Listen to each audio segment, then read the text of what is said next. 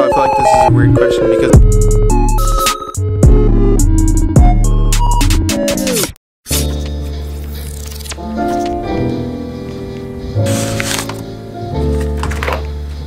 yo, what's going on everybody? I feel like every time I come back from an off day, which is Mondays, every time I come back I'm like, man, I feel like I haven't vlogged in so long, so I'm trying to get back in the groove of everything right now. And today I'm going to be answering any questions whatsoever, so I'm going to hit up Snapchat, Instagram, and then just see where the varieties are. I know I have some on my email as well. I really don't recommend it for questions per se, but if it comes down to it and you're really trying to, I don't even want to go into it, but mostly if you're trying to contact me, hit me up on my Snapchat or Instagram, and I'll try my best and do my best to get back to you guys. My email is mostly for business inquiries or inquiries, whatever. If someone's trying to get business done or work done for them, that's what my email is for. But let's get into these questions. All right, here we go. It's always tough trying to find like a spot, like a little quiet spot in like these areas or like in my apartment complex. So I found this little spot by the pool, and let's get into it.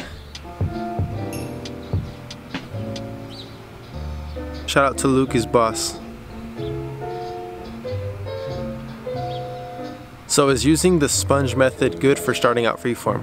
No, no method whatsoever is good for starting freeform, because freeform is freeform. You don't use any methods.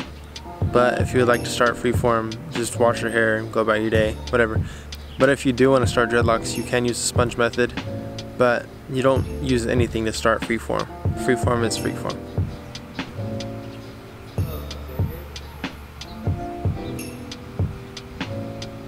So I feel like this is a weird question because they're asking how long does it take, I guess, to get your hair length or your dreadlocks to the length of how XXXTentacion's dreadlocks were. And I'm pretty sure he still does have dreadlocks unless he cut them, I don't know. But they're pretty much asking as if he did cut his dreads, but I don't think he did. But they're asking how to get your hair from the length of starting to the length of how his hair was. I'm assuming when he had the blonde and black in his hair. And his hair is probably like 4 to 6 inches, or yeah, probably like 4 to 6 inches, and that just takes time and patience. I think it would probably take a year from the beginning of your hair growth to about 4 to 6 inches, so I give it a year. My hair was probably about 6 to 8 inches in a year, I think, but it's different for everyone, I guess, from their shrinkage and all that.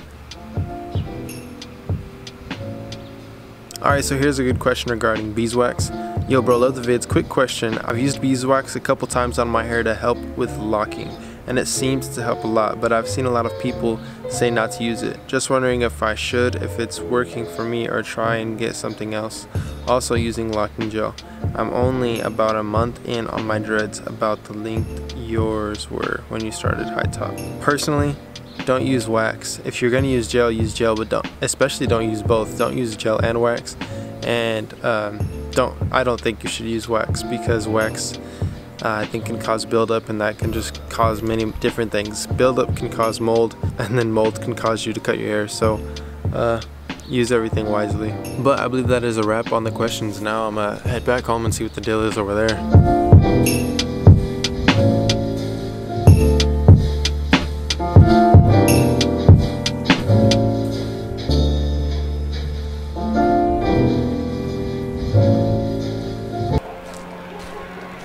Well, it's starting to warm up, that's for sure.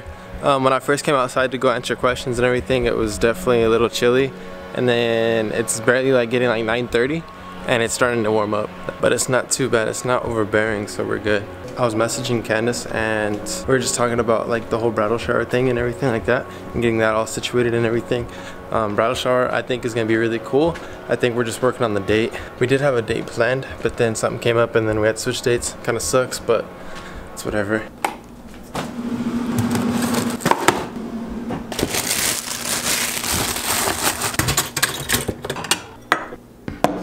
Just made some waffles, man. I'm gonna eat these real quick. I need to cap off this video, and then I need to edit, and then I have like a whole bunch of stuff to get done today, because today is Tuesday. I like getting a lot of stuff done on Tuesday, as you guys do know. But I'm about to mark these real quick, and then we'll get into some other stuff, and then yeah, stay tuned.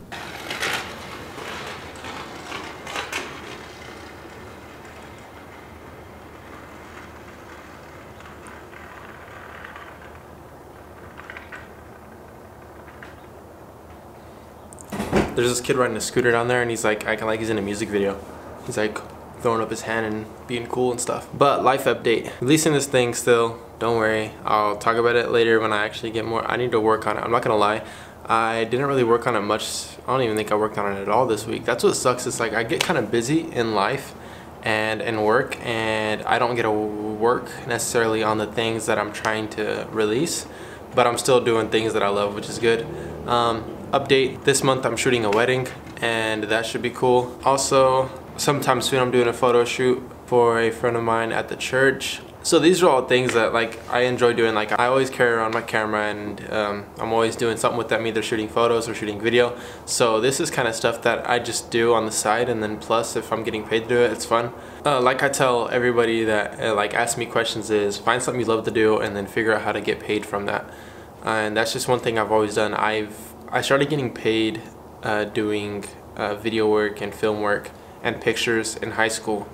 And then it was just something I love to do. And then the first thing I ever got paid from when it came to an art was drawing. I used to draw portraits of people and I would sell it to them. And it was only $5. So that just goes to show how my workflow kind of changed, and how the payments of things changed, and the seriousness of my work has changed. Because at first I started out just drawing pictures and then selling it to people for $5. And then now I'm like doing video work for people, and it ranges from like $200 to $1,000. And just goes to show, like if you keep at it and perfect your craft and you actually get good at it, you can charge people the price you want, the price you think you deserve. And I think that's the biggest part. But also I think another big thing that I struggled with being a creator, being a videographer, photographer, whatever, the toughest thing for me was finding my price. And I never knew what to charge people. It was one of those things where I was like, I was too humble with what I did. I was like, oh, no, let me give you a discount. I actually got caught up on this yesterday. Someone was like, hey man, I need a photo shoot. And I was like, for sure. And then I gave them a price, and then they bumped up the price. And they're like, yo, your work is definitely worth more. And then they're like, here's the price I want to pay you, and I just want two hours of your time. And they gave me the price, and I was like, wow, thank you so much. That I'm glad that other people see my work and think highly of it. I believe that as a creator, being a creator, you're your biggest critic.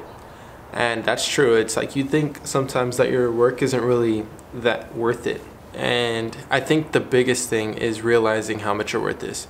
And that's a major thing, being a business person or being someone who sells things, like a salesman or whatever you are. I think the biggest thing is knowing your worth. Because if you don't know your worth, then you're not really going to be making the amount that you should be making, and you're not going to get treated the way you should be getting treated. But yeah, that's just a little pro tip on that. Everything else that's going on in life, working out dates for bridal showers, I guess, and then we already got the date for the wedding up. So that's cool. I mean, we haven't put it out yet, but we're working on getting save the dates out, which is pretty much invitations. And then following that, we're gonna send out invitations. So, but that's one of the things as well, is the wedding is super close, but yeah, it's super far away. Because like, as far as it being close is, we don't have that much time to plan, and we don't have that, like, I really don't mind. It's like, we're getting married. I don't wanna like make it bigger than what it is. And I know it's marriage, I know it's a big thing, but I feel like what my pastor has told me and told Candace as well is like, don't spend so much time planning a wedding and not spending time planning your marriage. And it's like, when it comes to wedding stuff versus marriage, it's like, I can care less about the wedding. Like, I don't care who's there, I don't care what happens or like who shows up, or I don't really care about what the decorations are.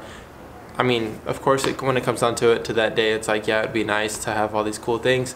And don't get me wrong, we are going to have those cool things because that's what Candace wants. And I think when it comes down to it, if Candace wants something, like, I definitely want to provide that for her. When it does come down to it, I don't care about all the decorations. I don't care about who shows up. I just want my pastor to be there, and I want Candace to be there, and I want to get married. That's how I really want it to go down. But of course it's not going to be like that. It's going to be like an actual wedding. It's going to be all cool and stuff. One thing I want to do is like plan the marriage and make sure the marriage is going to go the way that we plan on doing it.